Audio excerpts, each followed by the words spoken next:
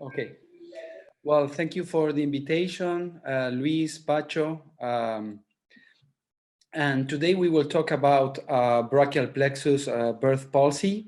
And we have two talks. The first is injury patterns, and the second one will be strategies and planning for reconstruction.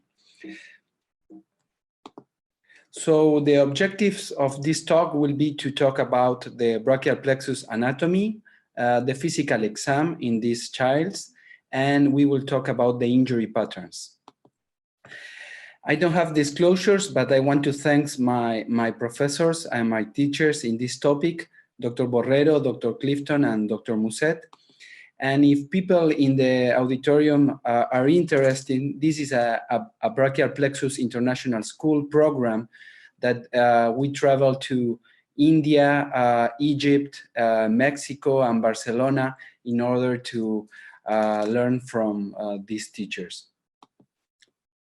So birth palsy, we know that is an injury to the brachial plexus during delivery, and according to the geographic area, this can vary between 0.4 or 4 per live birth. The literature is a little bit wide according to the recovery of this birth palsy. It can go from 66% to 92% according to the literature. And risk factors can be from the mother, like for example, diabetes, from the infant, like macrosomia, but mostly it can be from intrapartum events.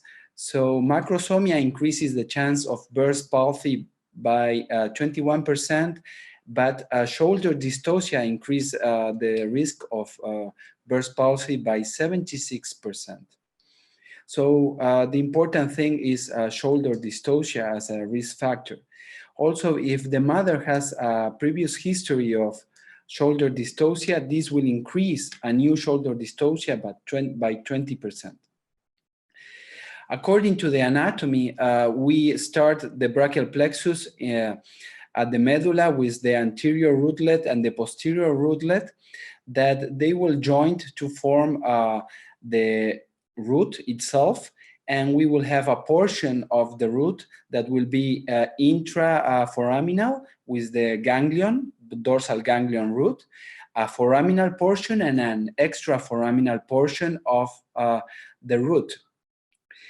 And the brachial plexus itself is formed by the union of C5, C6 to form the upper trunk, C7 to form the middle trunk, and C8, T1 to form the lower trunk. Sometimes we can have contributions from C4 as a prefix brachial plexus, or from T2 as a postfix brachial plexus. So anatomy of the brachial plexus can be kind of complicated when we look at these graphs and all the innervation that a root can give, but we will try to simplify this in order to understand the brachial plexus. So really the brachial plexus has 5 roots, 3 trunks, upper, middle, and lower, 3 cords, lateral, posterior, and medial, and the terminal nerve branches, the axillary nerve, radial nerve, musculocutaneous, median, and ulnar nerve. So if we talk about C5 root, well, we know C5 root will mostly form the upper trunk and will contribute to the suprascapular nerve and to the posterior cord to form the axillary nerve to go to deltoid and teres minor. If we talk about C6, we know that it will also form the upper trunk, but in this case, C6 will contribute to the lateral cord to form the musculocutaneous nerve and go to biceps brachialis, and also give the lateral portion of the medial nerve to give sensation of C6. If we talk about C7, it will form the middle trunk, and mostly from the posterior cord, it will give the radial nerve in order to give triceps, wrist extension, and finger extension. C8, sorry, it will form the inferior trunk and will give the medial contribution to the medial nerve in order to give extrinsics of the medial nerve function. And T1 will also form the lower trunk medial cord and will contribute for the ulnar nerve and the intrinsics of the hand. So after reviewing the anatomy, we go to the physical exam of these babies. And Dr. Borrero always told us that the exam needs to be simple, needs to keep an order, needs to provide information for the diagnosis of the lesion, for what? To define a treatment option. So every physical exam starts with the inspection. And with the inspection, we look at the face of the children. We see if they have a Horner. And also we will see the position of the extremity at rest. We will check the contour of the muscle. For example, in the right picture, we can see there's apparently a good deltoid there. And we will check if there is any atrophy. And of course, we will check how the baby plays or moves during the exam in order to check motion and the muscles. We will consider in the physical exam mostly 5 areas: the shoulder, the elbow, the wrist, the fingers, and the thumb. And the shoulder is kind of complicated in babies because the shoulder has flexion, abduction, adduction, internal rotation, and external rotation. And we all know it's kind of difficult to evaluate a 1 month, 2 months, or 3 months baby, all these functions. So the shoulder is kind of complicated to evaluate really. And there are other joints more easy to evaluate, like the elbow that will be flexion and extension, the wrist also, and the fingers also flexion and extension. But really, we are not evaluating motion and of the joints. We want to evaluate the nerves because we are trying to examine a nerve injury. So the shoulder, when we look at the shoulder, we look at the axillary nerve and the suprascapular nerve. When we look to the elbow, we will look for the triceps, for the radial nerve and the musculocutaneous nerve. And also the wrist and fingers, we will look for the medial and radial nerve and also the ulnar nerve. And why we check the biceps in these babies? Well, because as we say, the shoulder has a lot of different motion, abduction, internal rotation, adduction, and it's very difficult to evaluate in an objective way this shoulder motion in a baby. So the biceps is really simple because it's just a simple motion of flexion and is a monoplanar way. If we want to evaluate really the deltoid, we will need to check only abduction at 90 degrees. So that is very difficult in the children's because they usually do anterior flexion. So we evaluate the biceps, but we need to remember we are not evaluating elbow flexion. That is a joint motion. We want to evaluate muscle contraction and the strength of this muscle. Why? Because these will have a correlation to the nerve injury and to the recovery as the nerve gets into the target and reinnervated. So when we evaluate biceps, not elbow flexion, biceps, we evaluate the musculocutaneous, the upper trunk, and C6. So for example, we see here this 3 months baby. We can do the Moro reflex.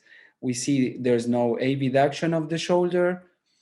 We can see there's a weak triceps there, a weak triceps.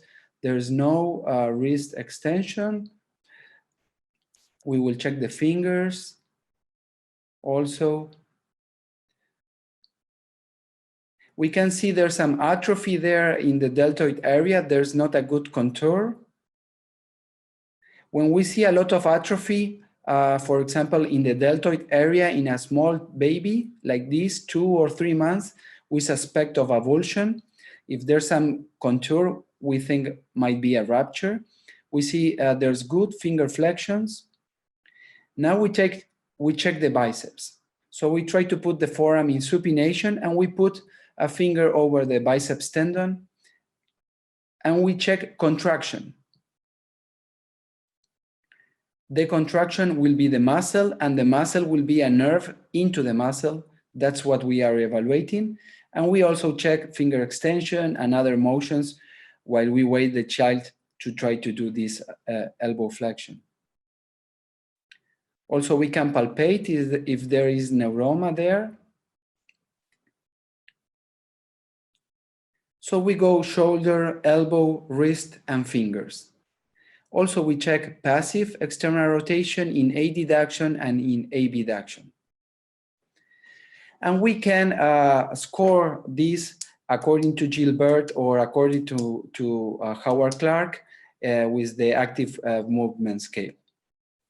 And we will follow the child the first month, second month, 3 months, and we will follow how the contraction of the biceps and the other motion and the other muscles are improving.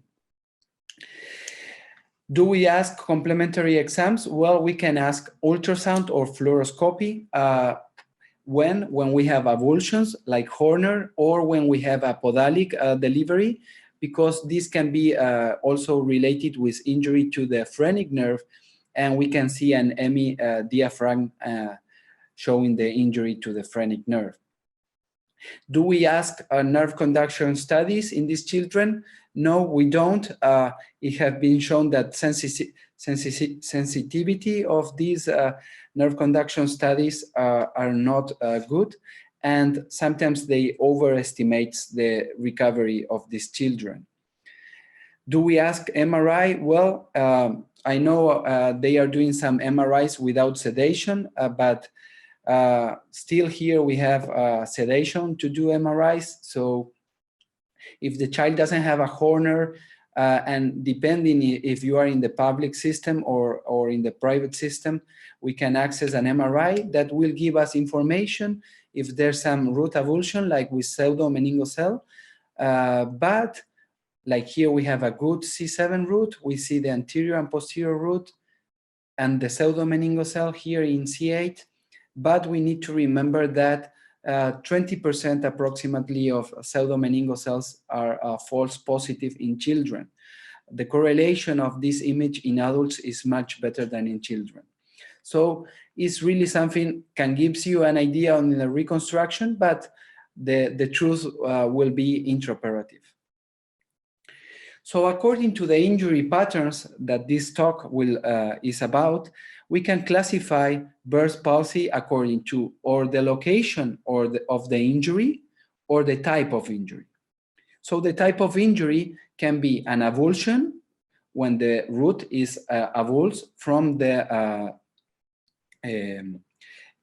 central nervous system, or a rupture when the injury is extraforaminal.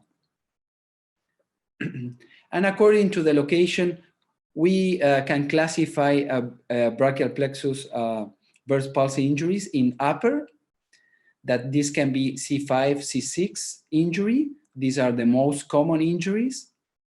C5, C6, C7, this is an upper extended injury.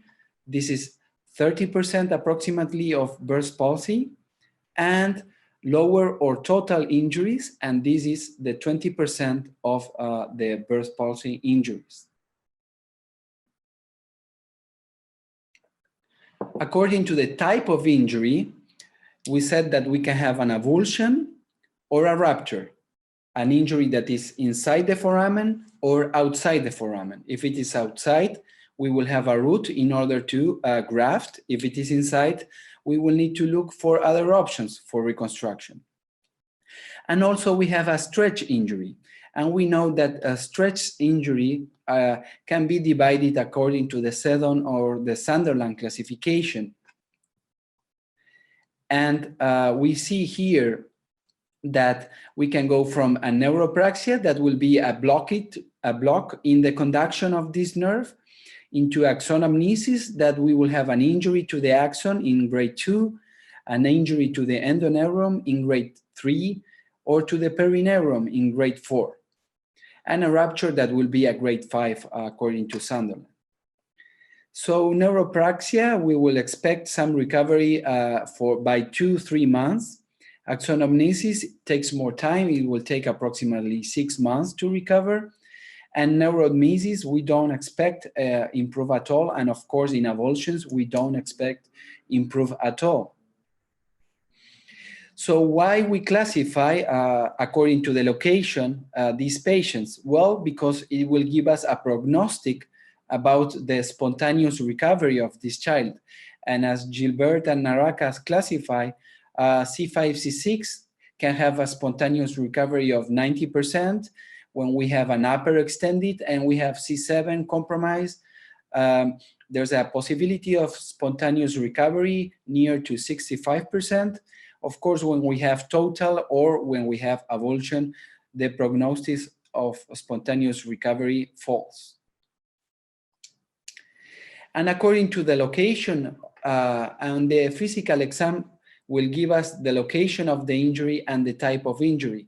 We will do a sequential physical exam in order to see what is the type of injury, if it is a neuropraxia that is getting better or we are under a more severe injury to the nerve.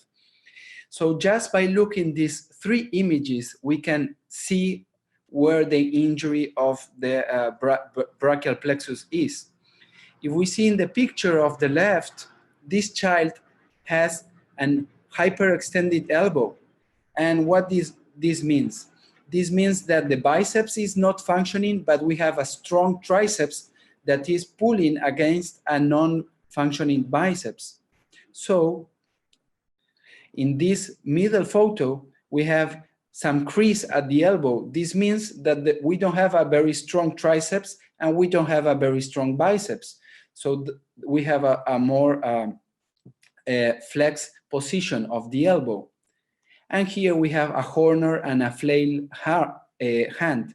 So we can say here we have a C5, C6, and C7 will be okay with the triceps okay, pulling hard over a non-functioning biceps. Here we have a C5, C6, C7 injury. We don't have a very strong triceps. We have a wrist inflection because we don't have wrist extension. And here we have a injury to the lower plexus and also an avulsion due to the Horner. So just by inspection, we can suspect the injury to the plexus and the location of the injury. Of course, we will confirm this intraoperative. So upper plexus injuries, what we will have a bad shoulder. We won't have a deltoid. We don't have elbow flexion, but we will have a very good hand. And here we check a good triceps. We will check if there is any biceps. Remember, we need to palpate the biceps. We don't want to see only motion. We want to see contraction, muscle contraction. That means the reinnervation of the muscle. So we say upper C5, C6, we will have a bad shoulder. We won't have abduction. We won't have external rotation, but the arm will be in normal adduction and normal internal rotation. So we usually see these children with their arm against the thorax, internal rotated, as we see in this picture. And we will have also a bad elbow. And in this case, with C5, C6 injury, the elbow will be in full extension because we don't have biceps, but we have a pulling triceps. So the elbow goes into full extension. The wrist usually is normal and the fingers are normal. So C5, C6, bad shoulder, bad elbow flexion, and a very good hand. And we can see here the physical exam. So this is Ian. We see a good wrist, good finger extension, good finger flexion, good wrist flexion. The thumb also have good flexion.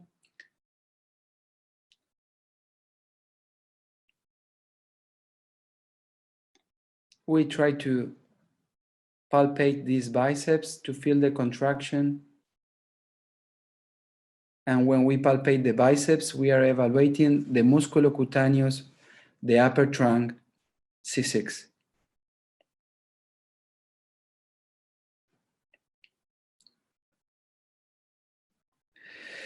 So when we have an upper extended injury, we know that there's worse prognosis for spontaneous recovery. Also, we have a bad shoulder, a bad elbow flexion, and a good hand. But the difference with the previous one is that we have the elbow in partial flexion. We have a little crease there, and this is because we don't have biceps and we don't have a good triceps. We can have some weak triceps, maybe M2 according to Gilbert, or no triceps at all. So that's why we have this different position of the extremity. And C7 has a lot of anatomic variations. So usually we can have loss of wrist extension, finger extension, and some extension, but we will have a very good wrist and finger flexion. That's the reason why we see a normal wrist flexion, fingers and thumb, and an exaggerated wrist flexion, because we don't have a good C7 extending the wrist. So there's an opposite wrist flexion, and the patient will have the typical position of internal rotated shoulder, extended partially elbow, pronated forearm, and the wrist in unopposed flexion, what is called the Porter tip stance, as we see here in the picture. And we can see here the physical exam of this baby again. No good wrist extension and a kind of weak triceps. And the rest position of the extremity won't be in complete extension of the elbow. So the other location or the other type of location of birth palsy injuries are the lower and total. And we said that we look at the face and we can see a Horner, and we will have in these cases a bad hand and some shoulder function, especially if the baby is more, they will kind of some anterior flexion of the shoulder. So in these babies, we have a completely flail extremity. We won't have triceps, biceps, wrist extension, wrist flexion. We won't have any finger flexions. Sometimes we can see some trophic changes in the hand, or if they are bigger, they bite the fingers.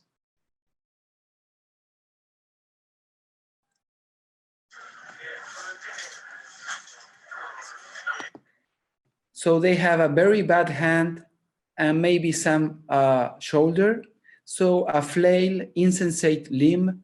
And if we have a Horner, of course, we are talking about a worse prognosis because it's correlated with avulsions of the roots.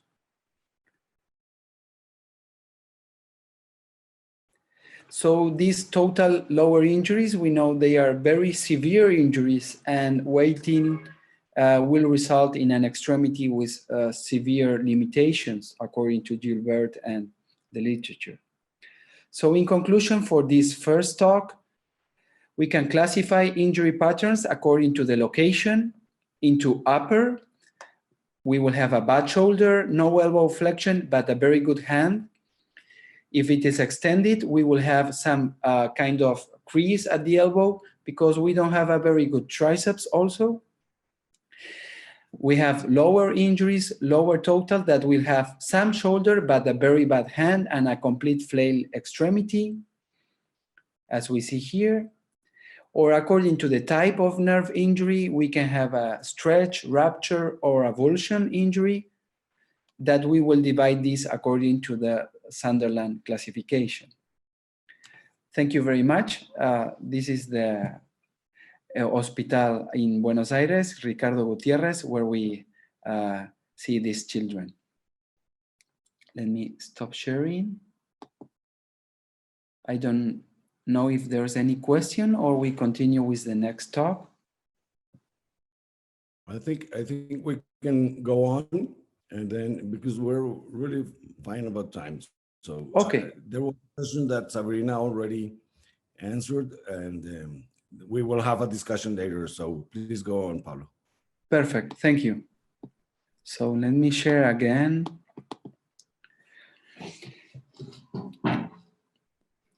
So the second talk is about surgical indications and planning. And the objectives of this talk will be to talk about, review the patterns of injury patterns, and we will talk about surgical indications and planning according to the injury. So again, the disclosure to my professors. So we said that in upper injuries, we have a good hand, but we don't have elbow flexion, and we have a bad shoulder.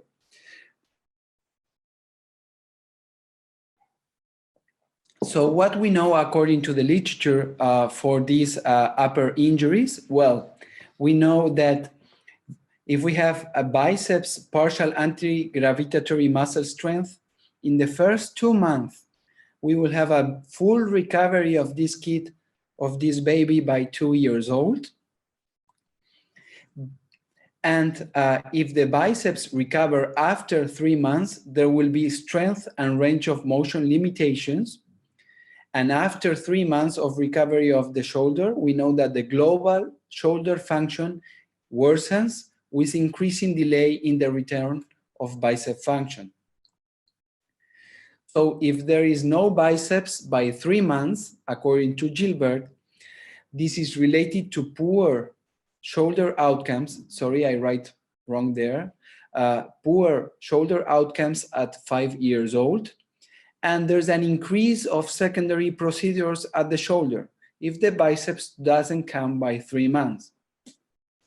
And also we know that we will get worst mallet scores in patients who recover biceps after 6 months than if they recover the biceps between 4 and 6 months. So what we know is that the more time the biceps takes to recover, the worse the shoulder will be. And there's a lot of literature talking about when is the correct time to do surgery in these kids and according to the biceps recovery. But we can mostly divide all this literature into 3 groups.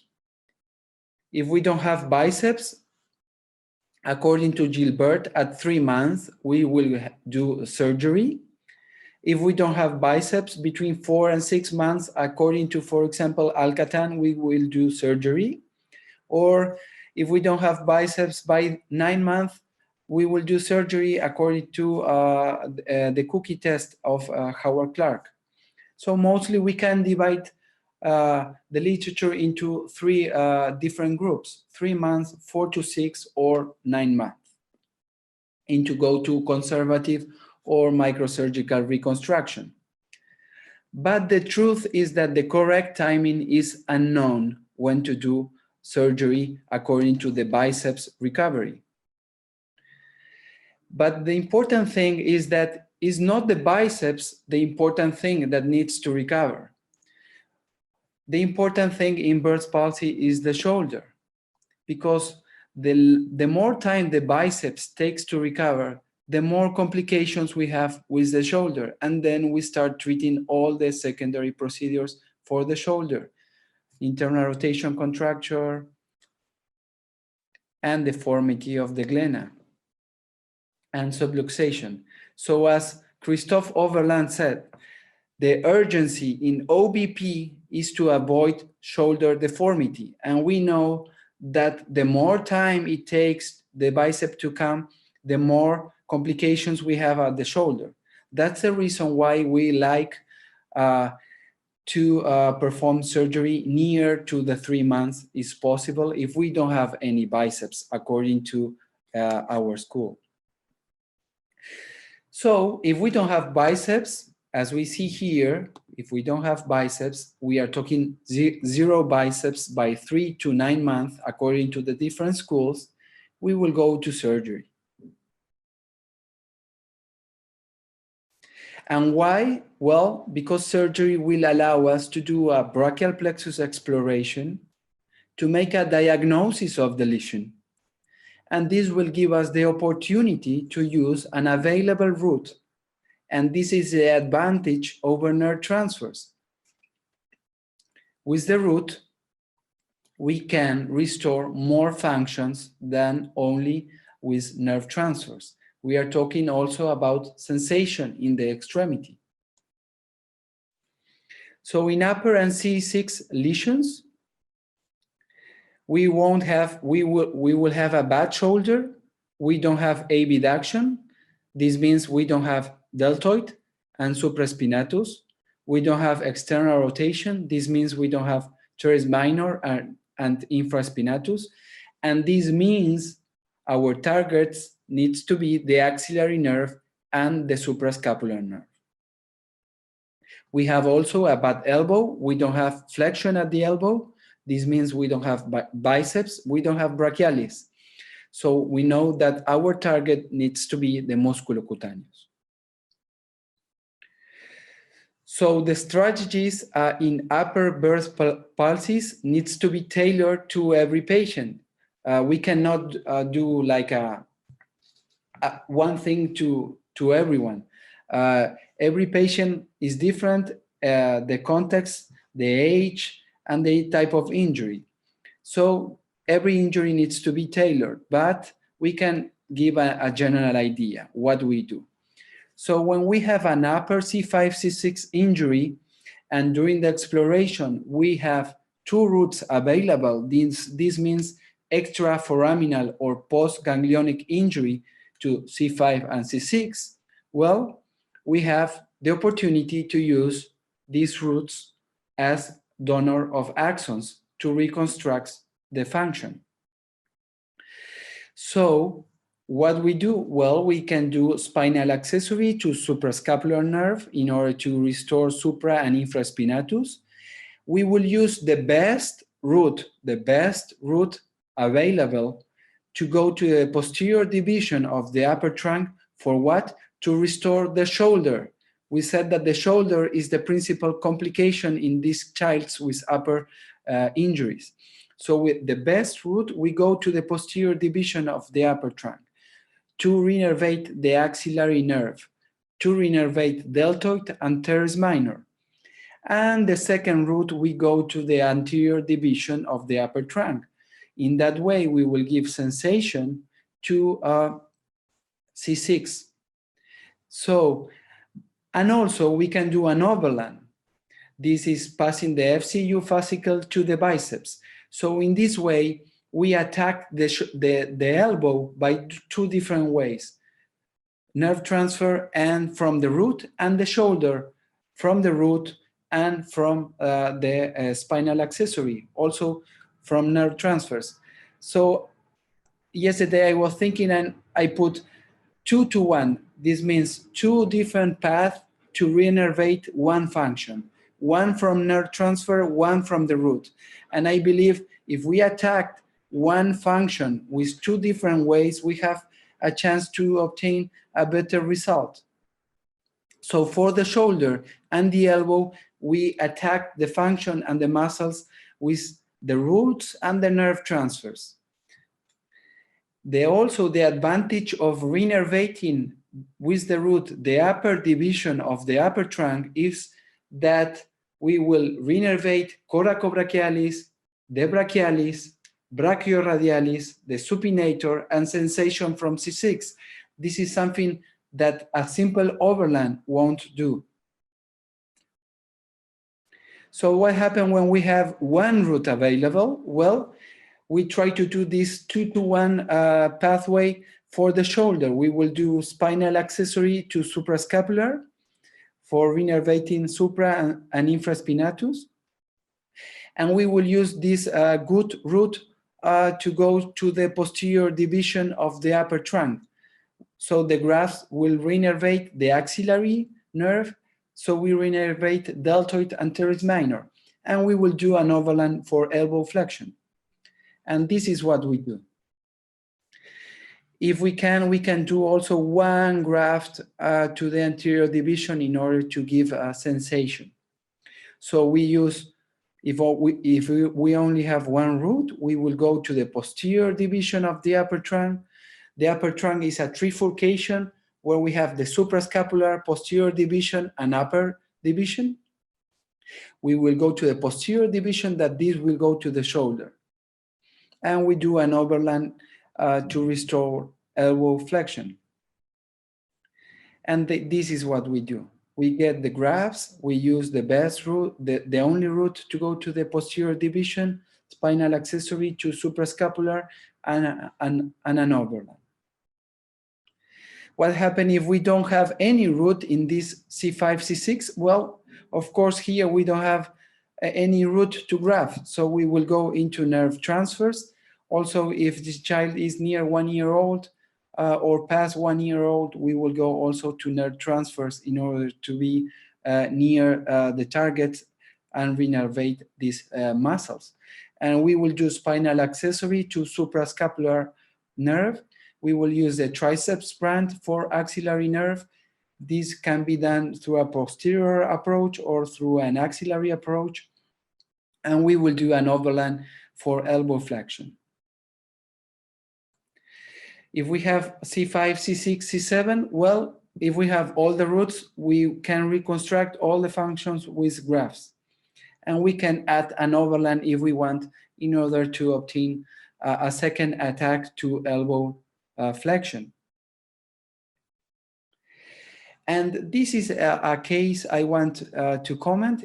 I believe it's interesting, and I learn a lot from this case. So this baby that we saw the video previously, she had a C5. We said previously that she had a lot of atrophy, and really she had an avulsion of C5. So when we see a lot of atrophy, we tend to think that they can have an avulsion there. Because nothing is passing through the neuroma, and there's no bulky muscle at all.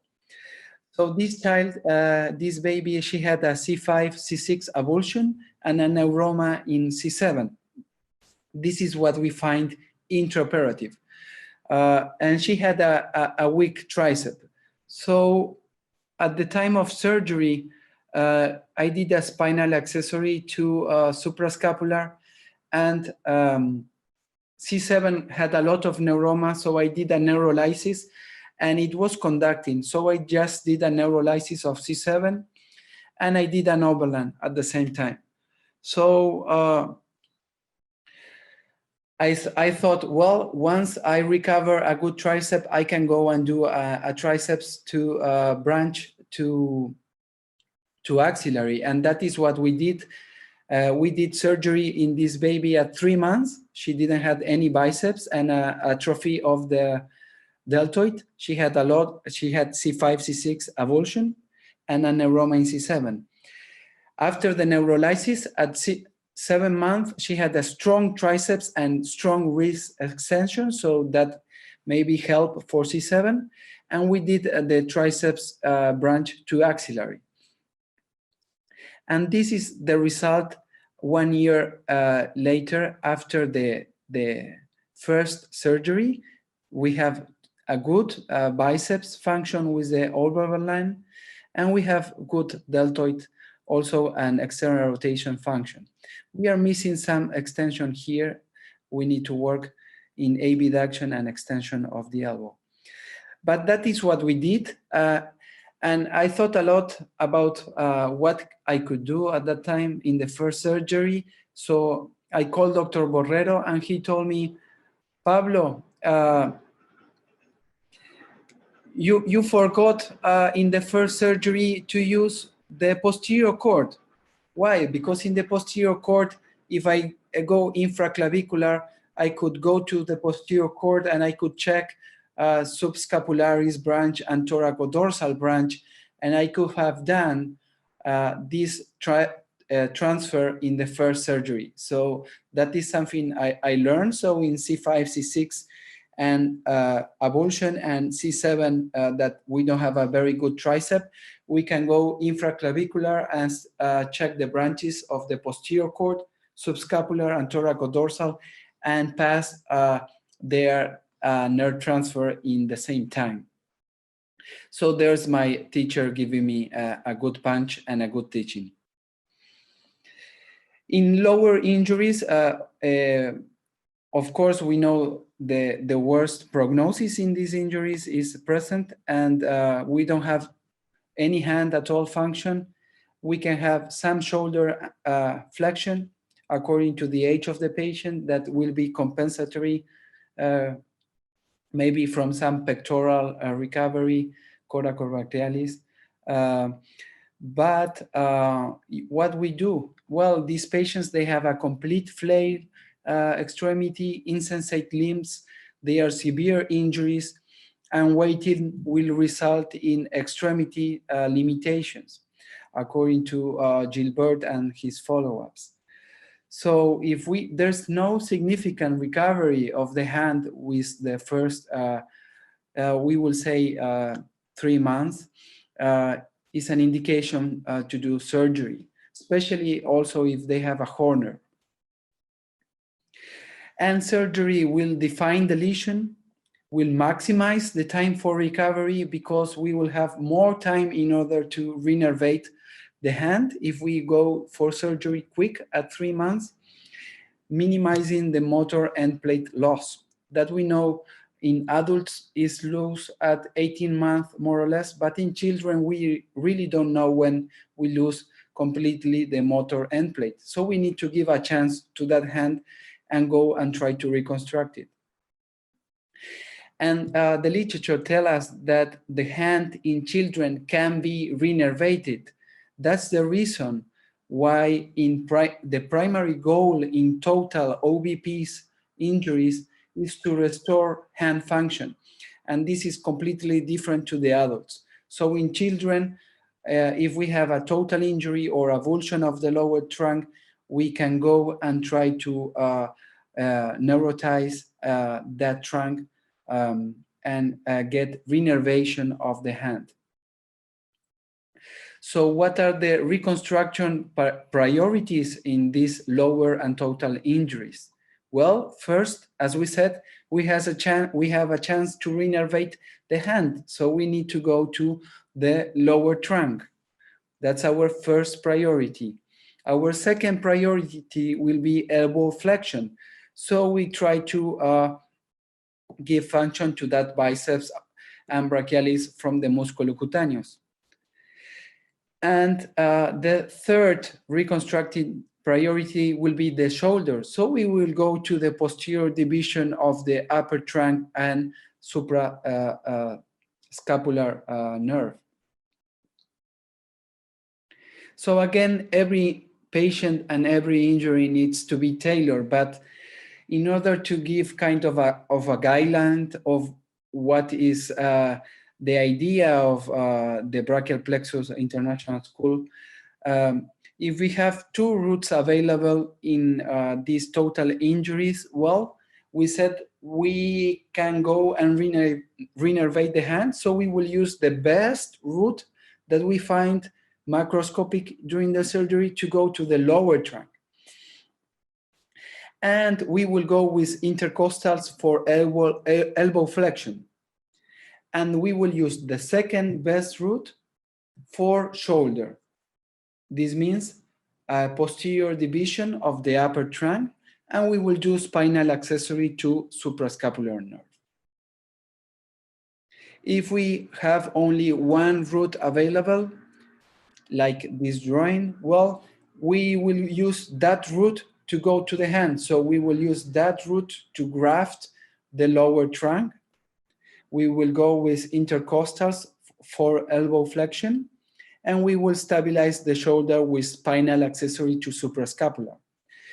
Dr. Musset, one of the teachers in the school, he gives a lot of importance of reconstructing the shoulder. So in these cases, he told me he will use contralateral C7 with grafts to the posterior division of the upper trunk in order to reinnervate that shoulder and give the best function to these child.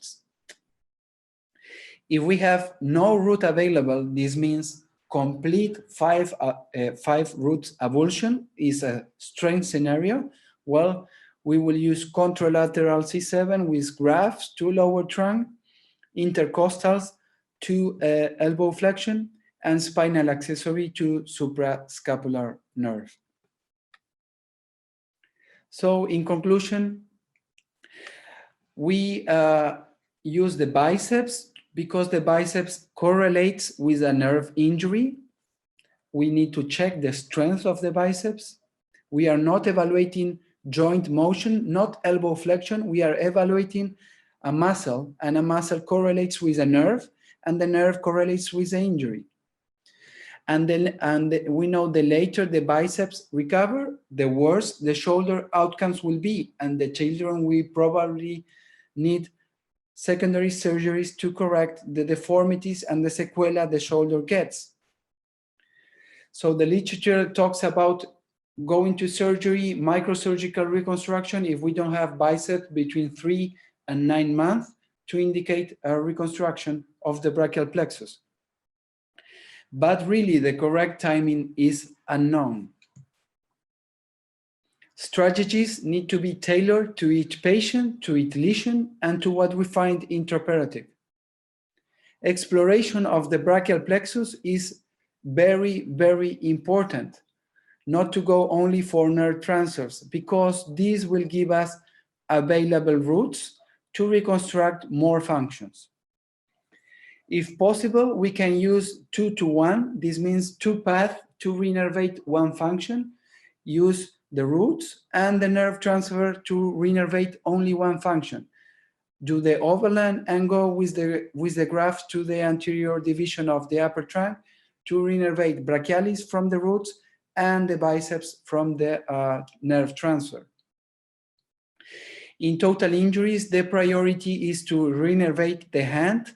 This is possible in children, and we need to give these children a chance.